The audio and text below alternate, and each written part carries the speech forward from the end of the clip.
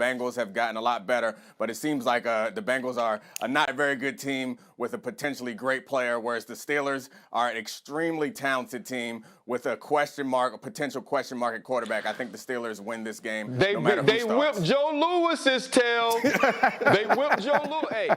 Hey, Tennessee Titans start the same thing. Rocky Marciano? Every time we talk about boxing, somebody bring up Rocky Marciano. We're not even 5 minutes in on a Wednesday, and it has begun. Okay, let's get to the next order of business. Again, Graziano will let us know if there's any further news during the show on Roethlisberger. Let's get to the Cowboys, because on Monday, Stephen Jones said that Dak Prescott is, quote, our quarterback, and the Cowboys are fired up about their future with him. Yesterday, Jerry Jones was asked about the possibility of picking a quarterback high in this year's draft. Listen. Right now, it looks like we're in line for the third pick. Now, it could move up, could move down, but if it stays at 3, is it crazy to bring up the idea of taking a quarterback with the third pick or the second pick if you may have it? Yes. You asked me if it's crazy to bring the idea up, and I'm answering you, yes.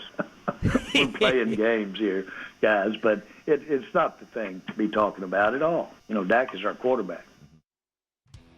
So that's what he said. Here are the percentage chances. They have a 6% chance of getting the top pick in the draft. That is behind the Jets and the Jaguars. Currently, they're projected to pick closer to 5th than they are to 1st, and we would assume 1 and 2 are the 2 spots where you would get the really high-profile quarterbacks in this draft, Trevor Lawrence, Justin Fields. So should the Cowboys find themselves in a position where they could draft one of those 2 guys, RC, do you believe Jerry Jones when he says if they're sitting there with a chance to draft Trevor Lawrence, that they don't take him? Hell no. You don't believe that either, Greeny. And that's why you asked me the question, because you knew you didn't believe it. You know what Jerry Jones is doing right now? He's being a great businessman. He understands where his team is and how, if you're on the outside looking in, you can see how valuable Dak Prescott is. And also, don't kick the man while he's down. He's at home. His ankle is broken. He wish he could be playing. He is saying the right things. But if you have an opportunity at 1 or 2 to get one of these young quarterbacks who, to me, are a lot closer in talent and a lot closer in projection and a lot closer in potential than people are making it out to be, Jerry Jones is definitely going to explore that. Right now, what he's doing is he's saying, you know what? During Dak's contract negotiations, I said everything I needed to say to make sure that he didn't get the contract I didn't want him to get. But now I can speak glowingly of him because we aren't in that space. Don't believe Jerry Jones. He's making sure the public in his locker room feels a certain way about him. But when it comes time to do business, Jerry Jones is going to do what's the best business for the Dallas Cowboys, not for Dak Prescott. Okay, so I did expect you to say that, which then brings me to Dominique Foxworth, who doubles as the president of the Dak Prescott fan club on this program. So I want you to tell everyone, Dominique, just how crazy it would be to turn away from Dak and turn to Trevor Lawrence next year.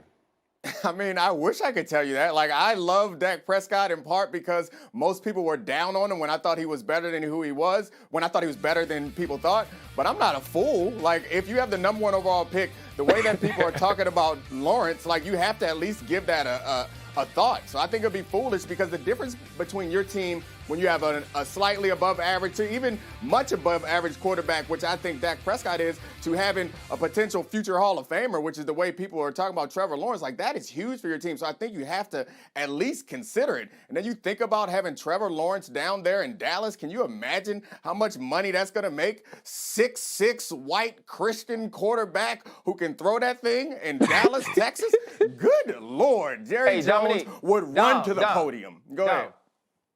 Dom, do you know what Dak Prescott feels like right now? Dak Prescott feels like you are Little Weezy and Ice Cube. And the people who need to know what that means, they know what that means. I cannot believe you have turned on Dak in the way that you have turned on Dak today. I haven't turned on Dak. I cannot believe you. I haven't turned on Dak. That's why Greeny brought the question to you because all I'm saying is that you have to consider it. I'm saying that what Jerry Jones said, I'm saying the same thing you said. Jerry Jones is lying or he's dumb. If you end up with the number 1 overall pick and the guy who is there is the most highly touted quarterback since Andrew Luck, then you have to at least consider it, right? Considering it is one thing. Let me throw a different name into this conversation. And the name is Herschel Walker. Because once upon a time, the Dallas Cowboys built a dynasty by Traded that trading boy. away a star player in Herschel Walker and bringing in a slew of draft picks that Jimmy Johnson turned into teams that won 3 championships. He only got to coach 2 of them. If you decide that Dak Prescott is, and Dominique, you're calling him an above-average quarterback? I thought this season proved to us that Dak Prescott was far better than anyone thought because the team has fallen apart completely without him. You turn that number 1 pick into a treasure chest of draft picks, and you win a championship or 2 with Dak Prescott as your quarterback. That, Dominique, is what I expected you to say. Well, I mean, Herschel Walker falls into the Ice Cube and Wheezy category as someone else who we're all out on at this For point. sure. But I do also understand that as a strategy. But you can go that route. But I do think that there's a difference. I think Dak is fantastic, but I don't think that Dak is Aaron Rodgers. I don't think that Dak is Patrick Mahomes. Like, I'm not delusional. Like, some of y'all was delusional in thinking that Dak was not as good as he was, and now I'm not going to be delusional and think that Dak is like The other piece of that is top this, of the though. league. Like, if Trevor Lawrence, you believe that Trevor Lawrence can reach those heights, then you take that move. That's the only thing I'm saying. RC, go. I think the thing that scares me with the Trevor Lawrence thing is they're saying that he's the best quarterback or the best prospect since Andrew Luck. And as far as I remember, Andrew Luck was never the best quarterback in the NFL. Andrew Luck never carried his team to a Super Bowl. I guess some of that was injury and maybe some of the things that were around him. What we've seen from Dak Prescott is he is the Dallas Cowboys from a leadership standpoint and from a player standpoint. So I think it goes one of 2 ways. If you get a pick that high, you need to turn it into multiple picks. And so if Dak Prescott, to me, works out for you from a contract standpoint, you can get him in a place to where you can continue to build a team and you have a pick that high, I believe people are going to want that pick. People are going to give you a king's ransom for that pick. And I believe that would be the best business for the Dallas Cowboys. I mean, the pick that turned into Jared Goff went for 2 1s, 2 2s, and 2 3s. So, I mean, I can't even imagine what the pick that could be Trevor Lawrence would turn into. Now, Dan, educate everybody here because I had to ask you this morning.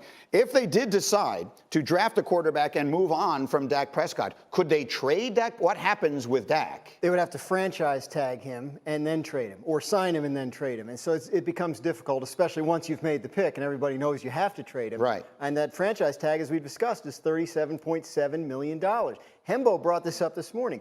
Joe Burrow, last year's number 1 pick, his entire rookie contract is $36 million, less than 1 year of Dak Prescott. If the Cowboys end up with the number 1 pick, they absolutely have to consider this. There's no question about it. That is not an insult to Dak Prescott. You're able to reset your franchise and rebuild your franchise in a way that it could very quickly be a lot better roster than what they're working with right now. All right, so obviously a lot there to consider and a lot left to figure out between now and the time that they figure out who gets the top pick in this draft. Meanwhile, Dan Graziano, while I have you here, let's run the hurry up through some issues, including beginning with the owners' meetings yesterday and what they figured out. 2 resolutions.